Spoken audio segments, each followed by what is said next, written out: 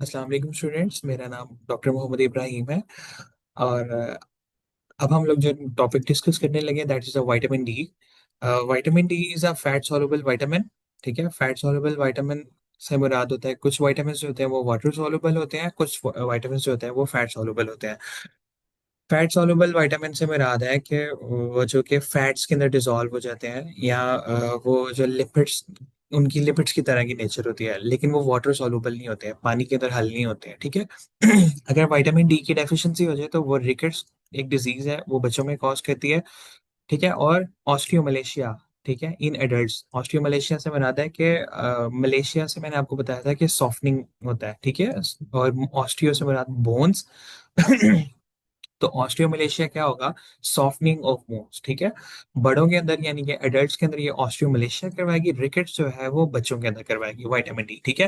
Vitamin D के दूसरे नाम है वो कैल्सिफेरोल है, एर्गोस्टिरोल है, एंटी रिकेटिक विटामिन है।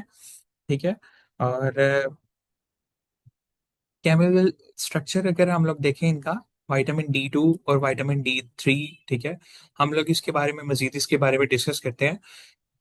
केमिस्ट्री को देखते हैं, ये इसके सोर्सेज लिखे हुए हैं: cheese, butter, margarine, fortified milk, fish, fortified cereals are food sources of vitamin D. The body itself make vitamin D.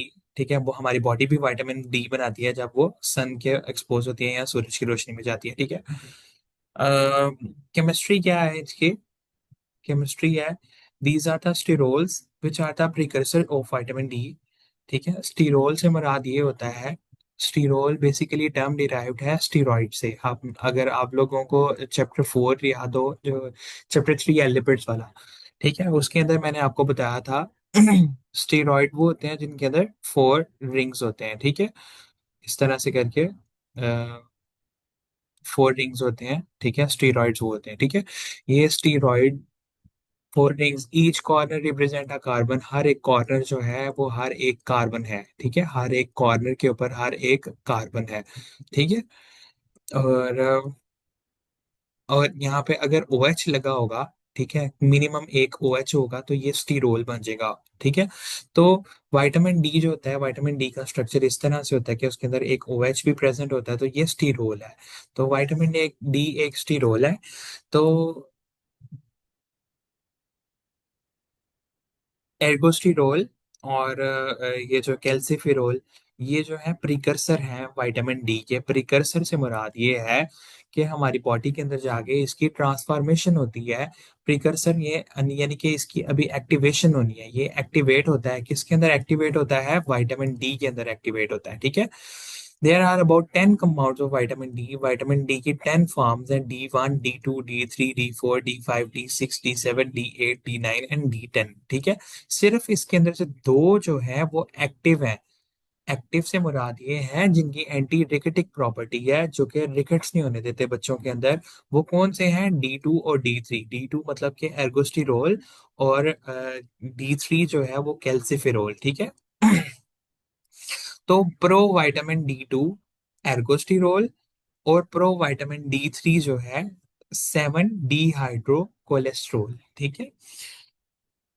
ये दोनों जो है हमारी बॉडी के अंदर जब जाते हैं तो यहाँ वैसे ही यूवी रेडिएशन, जब सूरज की रोशनी के अंदर यूवी रेडिएशंस भी होती हैं, ठीक है, तो ये कन्वर्ट हो जाते हैं विटामिन डी 2 के अंदर। ठीक है। ये प्रो फॉर्म है यानी कि प्रिकर्सर फॉर्म है। ये जो है डी 3 कोलीकैल्सिफेरॉल और एर्गो कैल्सिफेरॉल। ठीक है। ये वेजिटेबल ओरिजिन से पाया जाता है, यानी कि ये फंगस एर्गोड होती है, फंगस। ठीक है। ये फंगस से सबसे पहले हासिल हुआ था। ठीक है। और ये जो है ह्यूमन एपिडर्मिस के अंदर पाया जाता है। ह्यूमन एपिडर्मिस के अंदर यानी कि एपिडर्मिस ह्यूमन की एक स्किन की लेयर है, वहां पे पाया जाता है। यानी कि हम लोग कहते हैं ना कि धूप के अंदर जाओ तो सूरज की रोशनी से हमें विटामिन डी मिलेगा। तो कोलेस्ट्रोल एक कंपाउंड होता है, हमारी बॉडी के अंदर पाया जाता है। कोलेस्ट्रोल जो है वो कन्वर्ट होकर 7 डिहाइड्रो कोलेस्ट्रोल के अंदर कन्वर्ट होता है। उसको भी अगर हम सूरज की रोशनी में जाए, हमें यूवी रेडिएशन मिलती है, तो यूवी रेडिएशन से ये कोलीकैल्सिफेरॉल के अंदर कन्वर्ट होता है। ठीक है। तो ये इसकी सारी कन्वर्जन है। ठीक है। अच्छा जी, आगे है।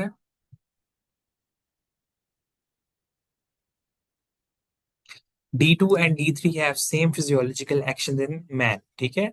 D2 और D3 का सेम ही काम होता है बेसिकली ह्यूमन बॉडी के अंदर।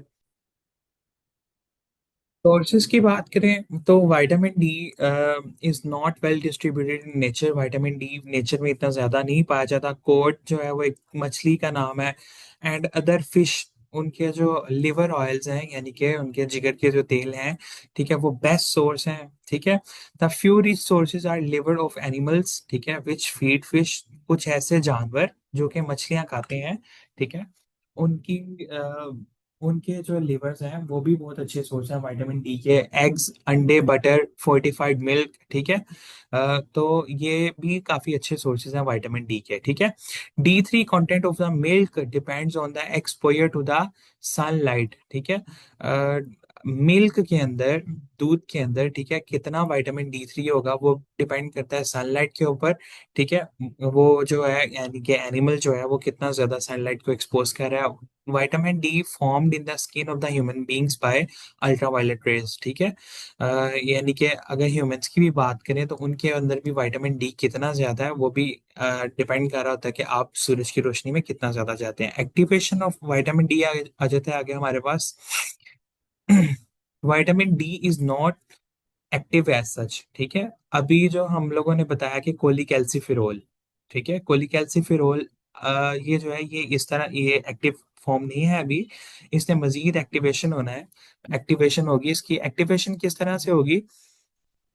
ये कोलिकैल्सिफेरोल है, ये जाएगा लिवर सेल्स के अंदर। लिवर सेल्स के जो एंडोप्लाज्मिक रेटिकुलम के अंदर ये कन्वर्ट होगा 25 हाइड्रोक्सी कोलिकैल्सिफेरोल, या इसका दूसरा नाम है कैल्सीडियोल, ठीक है।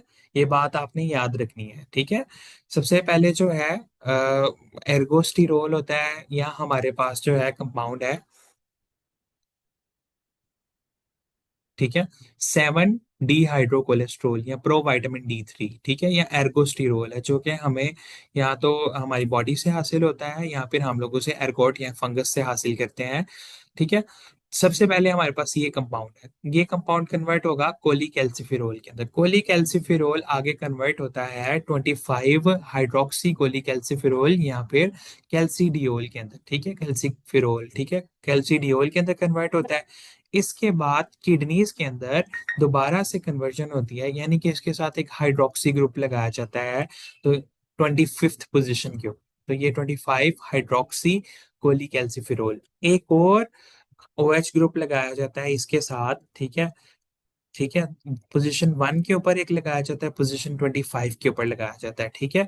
तो ये हो जाता है डाई हाइड्रोक्सी, यानी कि इनके अंदर दो हाइड्रोक्सिल ग्रुप हैं, पॉलीकैल्सिफेरोल, ठीक है। तो ये इसका नाम है कैल्सीट्रियोल बन जाएगा। क्या नाम बन जाएगा इसका? Calcitriol. Factors of regulating the active vitamin D3 formation, ऐसे कौन से फैक्टर्स हैं जो कि विटामिन D3 की फॉर्मेशन को जो है वो रेगुलेट कर रहे हैं? Stimulated by parathyroid hormone, hypocalcaemia, hypophosphataemia, oestrogen और प्रोजेस्टेरॉन, ठीक है। पैराथायरॉयड हार्मोन जो है वो विटामिन D3 को जो है वो रेगुलेट करता है, ठीक है, उसकी फॉर्मेशन को, ये ज्यादा से ज्यादा विटामिन D3 जो है वो एक्टिवेट हो हमारी बॉडी के अंदर और उसकी एब्जॉर्प्शन हो, ठीक है। हाइपोकैल्सीमिया, अगर ब्लड कैल्शियम लेवल्स कम हो, ठीक है, हाइपो का मतलब होता है कम होना, हाइपोफॉस्फेटीमिया, अगर फॉस्फेट लेवल कम हो। एस्ट्रोजन हार्मोन जो है अगर रिलीज हो रहा हो, और प्रोजेस्टेरॉन हार्मोन रिलीज हो रहा हो। प्रोजेस्टेरॉन प्रेगनेंसी के अंदर रिलीज होता है, एस्ट्रोजन नॉर्मल मेंस्ट्रुअल साइकिल का हिस्सा है, ठीक है। तो ये भी विटामिन डी की को रेगुलेट करते हैं, उसके लेवल्स को रेगुलेट करते हैं, ठीक है। सुप्रेस्ड बाय, अगर किसी बंदे की बॉडी के अंदर विटामिन डी के लेवल्स बहुत ज्यादा हाई हैं, तो वहां पे विटामिन D3 की फॉर्मेशन को या उसकी एक्टिवेशन को जो है वो सुप्रेस कर दिया जाता है।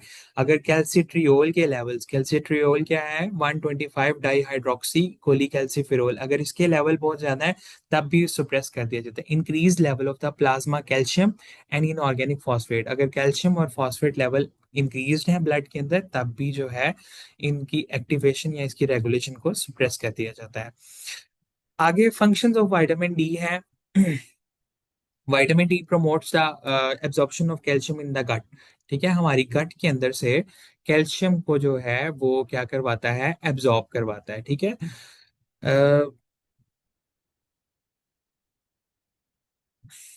एग्जाम्पल दे देता हूँ मैं आपको।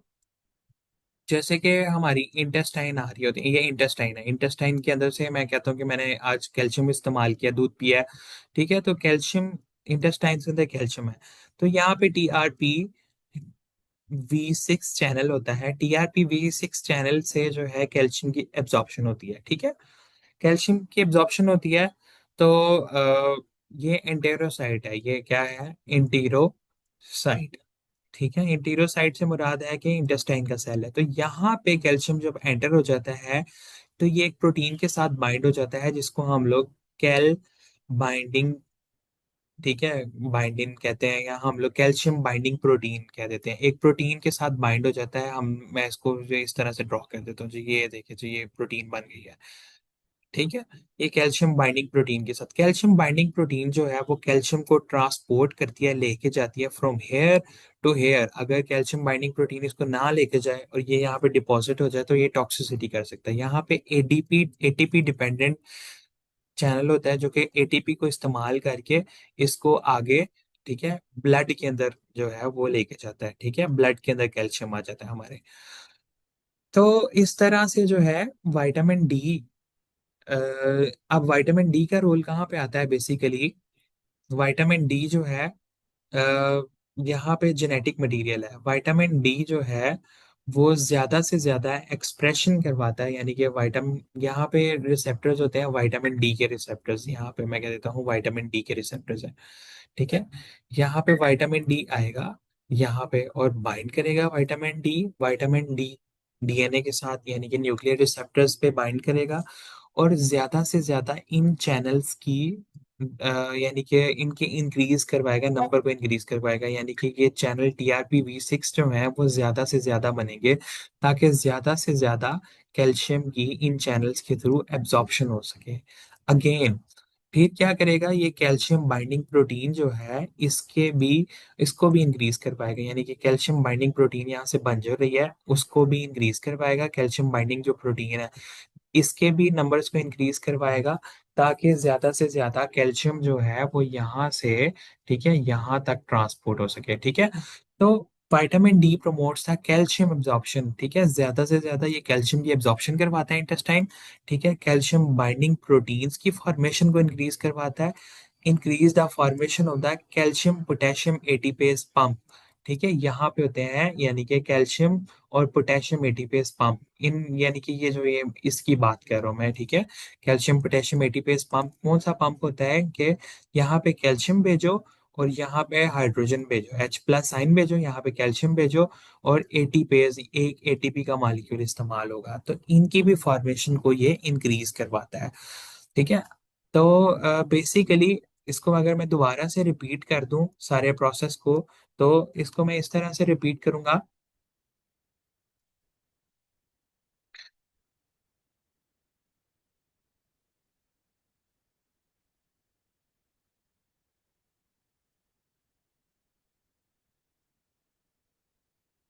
इसको मैं इस तरह से रिपीट करूंगा कि इसको मैं इस तरह से रिपीट करूंगा, लाइक ये यहाँ से चैनल्स में नंबर ऑफ चैनल्स इंक्रीज कर पाएगा ये, ठीक है, ये जो विटामिन डी है, ठीक है। नंबर 2 के ऊपर ये कैल्शियम और हाइड्रोजन पोटेशियम, यानी कि एक चैनल है यहाँ पे, यानी कि जो कि कैल्शियम को यहाँ पे भेजता है, सॉरी, कैल्शियम को यहाँ पे भेजेगा और हाइड्रोजन को यहाँ पे वापस लेके आएगा, एक हाथ दो और एक हाथ लो, ठीक है। तो इस तरह से कैल्शियम को इधर भेजेगा और हाइड्रोजन को इधर भेजेगा और एटीपी को इस्तेमाल करेगा, ठीक है। तो इनके नंबर को इंक्रीज करवाएगा और कैल्शियम की एब्जॉर्प्शन को यहाँ से इंक्रीज करवाएगा और कैल्शियम बाइंडिंग प्रोटीन जो है, ठीक है, उसको भी इंक्रीज करवाएगा, ठीक है।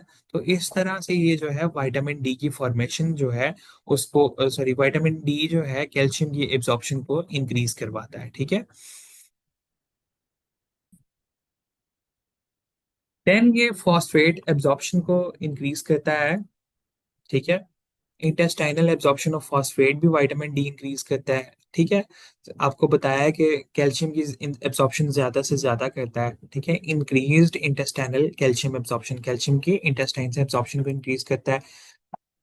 Increase the mobilisation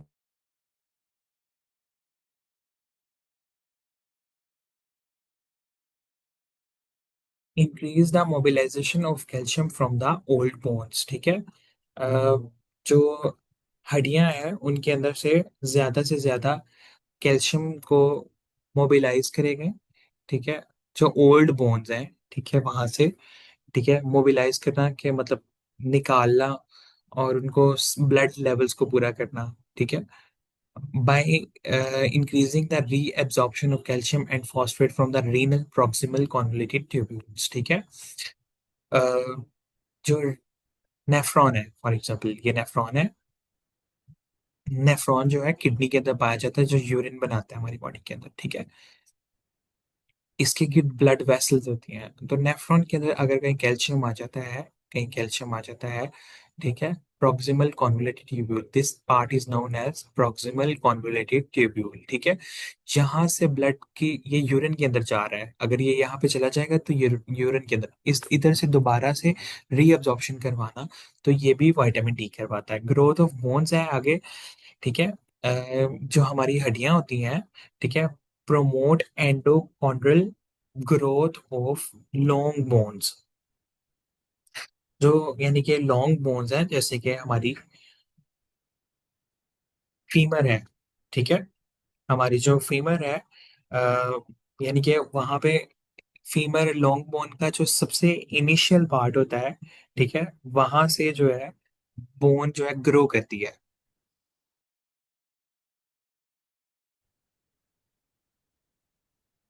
basically एंडोकॉन्ड्रियल growth क्या है कि पेरिकॉन्ड्रियम, ठीक है, एक जब बोन ने बनना होता है, लाइक मैं आपको इजी वर्ड्स के अंदर बताता हूँ, जब बोन ने बनना होता है तो सबसे पहले उसका कार्टिलेजियस नरम हड्डी वाला स्ट्रक्चर बनता है, ठीक है, कार्टिलेज जो होती है। देन वहां पे आके मिनरल्स और प्रोटीन्स जो है डिपॉजिट होती हैं, जैसे कि एक ये पहले कार्टिलेज का स्ट्रक्चर है, ठीक है। उसके बाद वहां पे आके मिनरल्स और प्रोटीन्स जो है वो, जैसे कैल्शियम और फॉस्फेट और डिफरेंट प्रोटीन्स यहाँ पे आके डिपॉजिट होंगी, यहाँ पे ब्लड सप्लाई आएगी। पहले जो है वो यहाँ पे सिर्फ और सिर्फ कार्टिलेज है, जैसे कि हाईलाइन कार्टिलेज मॉडल, यहाँ पे पहले एक मॉडल बनेगा, ठीक है, देन उसकी ग्रोथ होगी, ठीक है। This is known as endochondral growth of bones, इसे हम लोग क्या बोलते हैं, endochondral growth of the bones, ठीक है। तो जो विटामिन डी है वो एंडोकॉन्ड्रियल ग्रोथ को प्रमोट करवाता है। Normal levels the calcium and phosphate favour bone mineralization, ठीक है। जो नॉर्मल कैल्शियम और फॉस्फेट के लेवल जो होते हैं वो इंपॉर्टेंट होते हैं बोन की मिनरलाइजेशन के अंदर। It ensures the calcium is deposited in the bones, ठीक है। इसके नतीजे में कैल्शियम जो है वो बोन्स के अंदर डिपॉजिट होता है, ठीक है। Parathyroid activity, activity of the parathyroid hormone is stimulated in the vitamin D deficiency, ठीक है। पैराथायरॉइड हार्मोन की जो एक्टिविटी है वो विटामिन डी की डेफिशिएंसी के अंदर स्टिमुलेट होती है, ठीक है। यानी कि पैराथायरॉइड हार्मोन जो है वो यानी कि विटामिन डी को एक्टिवेट करेगा, और विटामिन डी जो है वो ज्यादा से ज्यादा कैल्शियम की एब्जॉर्प्शन को इंक्रीज करेगा। और यानी कि अगर हाइपर कैल्सीमिया के अंदर, अगर बॉडी के अंदर हाइपर कैल्सीमिया है, कैल्शियम के लेवल इंक्रीज है, तो पैराथायरॉइड हार्मोन या पैराथायरॉइड ग्लैंड जो है उसकी एक्टिविटी कम है, या पैराथायरॉइड हार्मोन कम रिलीज होगा, ठीक है।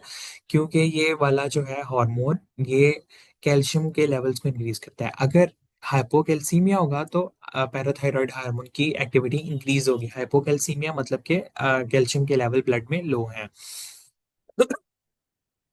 अब इसके हवाले से एक डायग्राम आती है, उसको भी हम लोग देख लेते हैं। इसके अंदर क्या है कि low blood calcium detected at the parathyroid hormone, ठीक है। ये पैराथायरॉइड हार्मोन गले के अंदर पाया जाता है, और अगर इसको पता चलता है कि लो लेवल्स हैं, तो पैराथायरॉइड हार्मोन कैल्शियम के लेवल्स लो हैं या ब्लड के अंदर कैल्शियम कम है, तो पैराथायरॉइड हार्मोन जो है वो क्या करता है, ओस्टियोक्लास्टिक एक्टिविटी यानी कि बोन्स को तोड़ने वाली एक्टिविटी को इधर एक्टिवेट करता है। इससे क्या होगा कि बोन के अंदर से कैल्शियम रिलीज होगा और ब्लड का कैल्शियम पूरा किया जाएगा, ताकि ब्लड के अंदर ब्लड स्ट्रीम के अंदर कैल्शियम या ब्लड के अंदर कैल्शियम पूरा किया जाए। और इधर वो किडनी को एक्टिवेट करेगा, किडनी क्या करेगी, एक्टिवेशन करेगी विटामिन डी की। और दूसरे नंबर की पे किडनीज जो है यूरिन के अंदर कैल्शियम को जाया ना होने दें, यूरिन के अंदर कैल्शियम और फॉस्फेट की एक्सक्रीशन ना होने दें, और उसको रीअब्जॉर्ब करवाएं, दोबारा से ब्लड के अंदर भेजें कैल्शियम को, ताकि ब्लड के कैल्शियम लेवल्स पूरे हों, ठीक है। जब विटामिन डी एक्टिवेट होगा तो विटामिन डी जो है इंटेस्टाइन से भी, जो हम डाइट के थ्रू कैल्शियम ले रहे हैं, वो ज्यादा से ज्यादा इंक्रीज होगा। तो इस तरह से पैराथायरॉइड हार्मोन, जब कैल्शियम के लेवल लो होते हैं, तो पैराथायरॉइड हार्मोन की एक्टिवेशन जो है कैल्शियम के लेवल्स को इंक्रीज करवाती है। ठीक है। अब आगे टीथ के ऊपर क्या इफेक्ट आता है? Vitamin D helps in the normal teeth formation. Teeth जो हमारे नॉर्मल बनते हैं उनके अंदर हेल्प करता है। अगर विटामिन डी इज लैकिंग, अगर विटामिन डी कम है, तो मॉल फॉर्मेशन ऑफ टीथ अगर, टीथ सही तरह बनते नहीं है, सच एज कैविटी फॉर्मेशन। क्या कहते हैं, कैविटी से मुराद है कि सुराख हो सकता है दांत के अंदर। ठीक है। Hypoplastic teeth. ठीक है। हाइपोप्लास्टिक टीथ से क्या मुराद होगा? जैसे कि फॉर एग्जांपल, ये इस तरह के टीथ जो होते हैं, ठीक है, that is known as hypoplastic teeth. ठीक। टीथ जिसके अंदर जो है आउटर लेयर जो होती है, बेसिकली इनेमल की लेयर, मैं आपको दिखाता हूँ। हमारे दांत हैं, ठीक है। उसके अंदर डिफरेंट लेयर्स हैं, ठीक है। मसूड़ों के अंदर से जो दांत निकल रहा होता है, ऊपर वाली लेयर को हम लोग इनेमल बोलते हैं। इसके नीचे एक डेंटिन की लेयर होती है, ठीक है। उसके नीचे एक पल्प है, ठीक है। और ये, ठीक है, रूट केनाल है, और ठीक है, इस तरह से ये टीथ की जो है वो एक स्ट्रक्चर है, ठीक है। आप कहते हैं कि अगर विटामिन डी की डेफिशिएंसी हो तो डिफेक्टिव एनेमल, एनेमल और डेंटिन की जो फॉर्मेशन है वो डिफेक्टिव होगी। ठीक है। सेकंड नंबर के ऊपर, ठीक है, हाइपोप्लास्टिक टीथ, इसके नतीजे में जो है हाइपोप्लास्टिक इस तरह के टीथ, यानी कि उनकी अपीयरेंस जो है वो इस तरह की होगी। ठीक है। विटामिन डी की डेफिशिएंसी की वजह से। तो बेसिकली आप लोगों ने इस लेक्चर के अंदर क्या सीखा है? एक टॉपिक रहता है, लाइक एक डायग्राम है कि विटामिन डी है, तो ये लिवर को जो है एक्टिवेट करेगा। सॉरी, लिवर के अंदर से एक्टिवेट होगा vitamin D, 25 di hydroxy calcitriol के अंदर कन्वर्ट होगा। ठीक है। ये जो है किडनी के अंदर जाके डाईहाइड्रोक्सी के अंदर कन्वर्ट होगा। सॉरी, ये विटामिन डी सबसे पहले लिवर के अंदर 25 हाइड्रोक्सी कोलिकैल्सिफेरॉल के अंदर कन्वर्ट होगा। कोली किडनी इन्हें 125 डाई हाइड्रोक्सी कोलिकैल्सिफेरॉल के अंदर कन्वर्ट करेंगे। ठीक है। तो ये कैल्शियम के को रेगुलेट करेंगे, मसल हेल्थ को रेगुलेट करेंगे, बोन हेल्थ को, और ब्लड प्रेशर को, और कार्डियोवास्कुलर यानी कि हार्ट की हेल्थ को रेगुलेट करेंगे। ठीक है। इम्यून सिस्टम के लिए बहुत ज्यादा इंपॉर्टेंट है। ये ऑटो इम्यून डिजीज को प्रमोट करेंगे, जैसे कि डायबिटीज इंसिपाइटिस होती है, बच्चों के अंदर जो डायबिटीज हो जाती है। ठीक है। और दूसरे नंबर पे इन्फेक्शन को भी कंट्रोल करेंगे, और नॉर्मल सेल ग्रोथ और डिफरेंशिएशन के अंदर भी हेल्प करेंगे ये। ठीक है। ये प्रोस्टेट ग्लैंड जो है मेल रिप्रोडक्टिव सिस्टम के अंदर पाया जाता है। ब्रेस्ट, कॉलन, गैंग्स और केराटिनोसाइट्स को ये जो है कंट्रोल करेंगे। ओके। हम लोगों ने इस लेक्चर के अंदर क्या सीखा? कि जब भी कोई पर्सन कैल्शियम इस्तेमाल करे तो उसके साथ डेफिनेटली विटामिन डी जरूर इस्तेमाल करे, या अगर कोई वो विटामिन डी इस्तेमाल कर रहा है तो कैल्शियम को का इस्तेमाल जरूर करे। मार्केट के अंदर भी टैबलेट्स होती हैं। बीइंग अ फार्मेसी टेक्नीशियन, आप इस लेक्चर के अंदर से सीख सकते हैं कि मार्केट के अंदर भी जो टैबलेट्स आती है, जैसे कि कलसान डी है, कैल्शियम डी है, ठीक है, यहाँ कोई भी फॉर्मुलेशन होती है, उसके अंदर हमेशा विटामिन डी और कैल्शियम को वो इकट्ठे दिया जाता है। अगर आप कैल्शियम अकेले लेते हैं तो उसको खाने का ऐसा इतना ज्यादा फायदा नहीं होता जितना कैल्शियम को विटामिन डी के साथ इस्तेमाल करने का फायदा होता है, क्योंकि विटामिन डी जो है वो कैल्शियम की एब्जॉर्प्शन को इंक्रीज करवाता है। ठीक है। जब उसकी एब्जॉर्प्शन इंक्रीज होगी तो वो ज्यादा से ज्यादा ब्लड के अंदर एब्जॉर्ब होगा, और उसके अंदर ज्यादा से ज्यादा ब्लड के अंदर लेवल्स पाए जाएंगे। ठीक है। तो that's all for the today. इस लेक्चर के अंदर इतना ही इनफ है। इंशाल्लाह इसके अंदर नेक्स्ट हम लोग लेक्चर के अंदर रिकेट्स को और ऑस्ट्रियोमलेशिया को और इसकी टॉक्सिसिटी को डिस्कस करते हैं, और हम लोग इंशाल्लाह नेक्स्ट लेक्चर के अंदर हम लोग इसको वाइंड अप करते हैं, विटामिन डी को।